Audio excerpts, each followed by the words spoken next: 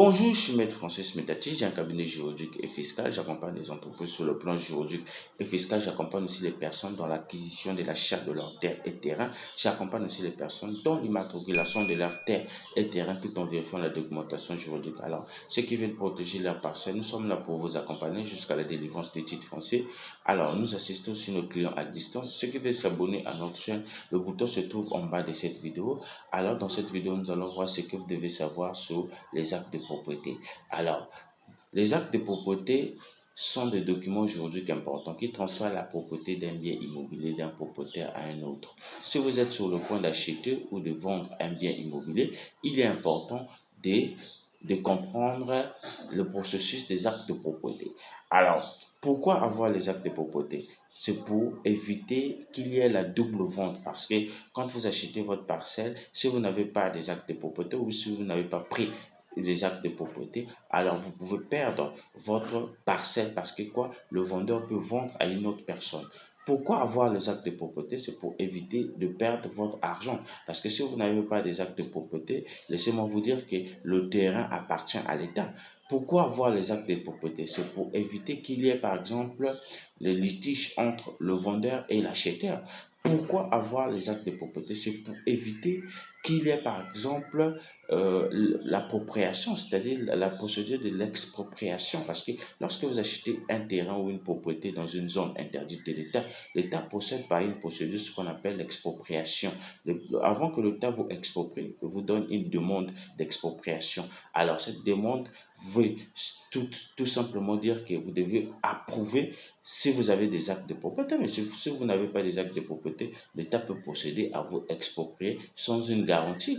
Alors, dans cette vidéo, nous allons voir ce que vous devez savoir sur les actes de propriété. Alors, nous allons voir les étapes pour les actes de propriété. Alors, la première étape, c'est la préparation des actes de propriété.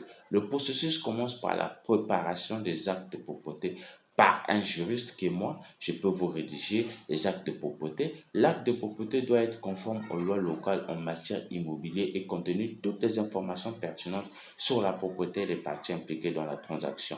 Alors la deuxième étape, c'est l'examen de l'acte de propriété. Une fois que l'acte de propriété est préparé, il est examiné par les parties impliquées et le juriste pour s'assurer que toutes les informations sont exactes, qu'il n'y a pas d'erreur ou de problème juridique. Alors, je peux vous accompagner jusqu'à la rédaction, jusqu'à l'enregistrement des actes de propriété.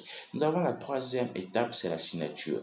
La signature de l'acte de propriété. Après l'examen et l'approbation de l'acte de propriété, les parties impliquées doivent le signer devant un juriste que moi.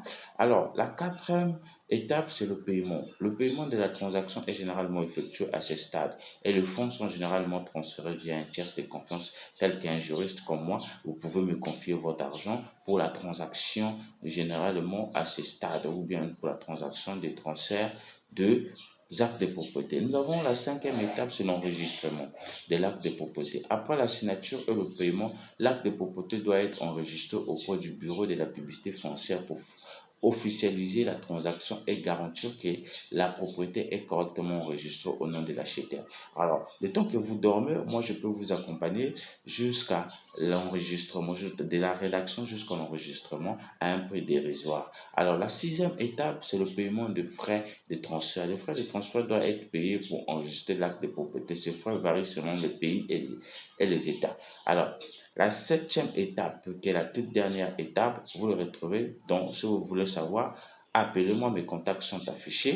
Nous avons par exemple, mes contacts sont là, plus 242 06 878 12 67 05 017 17 80. Mes contacts sont affichés. Si vous voulez de mon accompagnement pour la rédaction de vos actes de propriété jusqu'à l'enregistrement, nous sommes là pour vous accompagner à un prix dérisoire. Alors, je vous invite aussi à cliquer dans la description de cette vidéo. Là, vous allez retrouver nos formations sur comment licencier un salarié sur un CDI et comment compter récupérer les indemnités en cas d'un licenciement abusif. Alors, je vous dis merci, à la prochaine.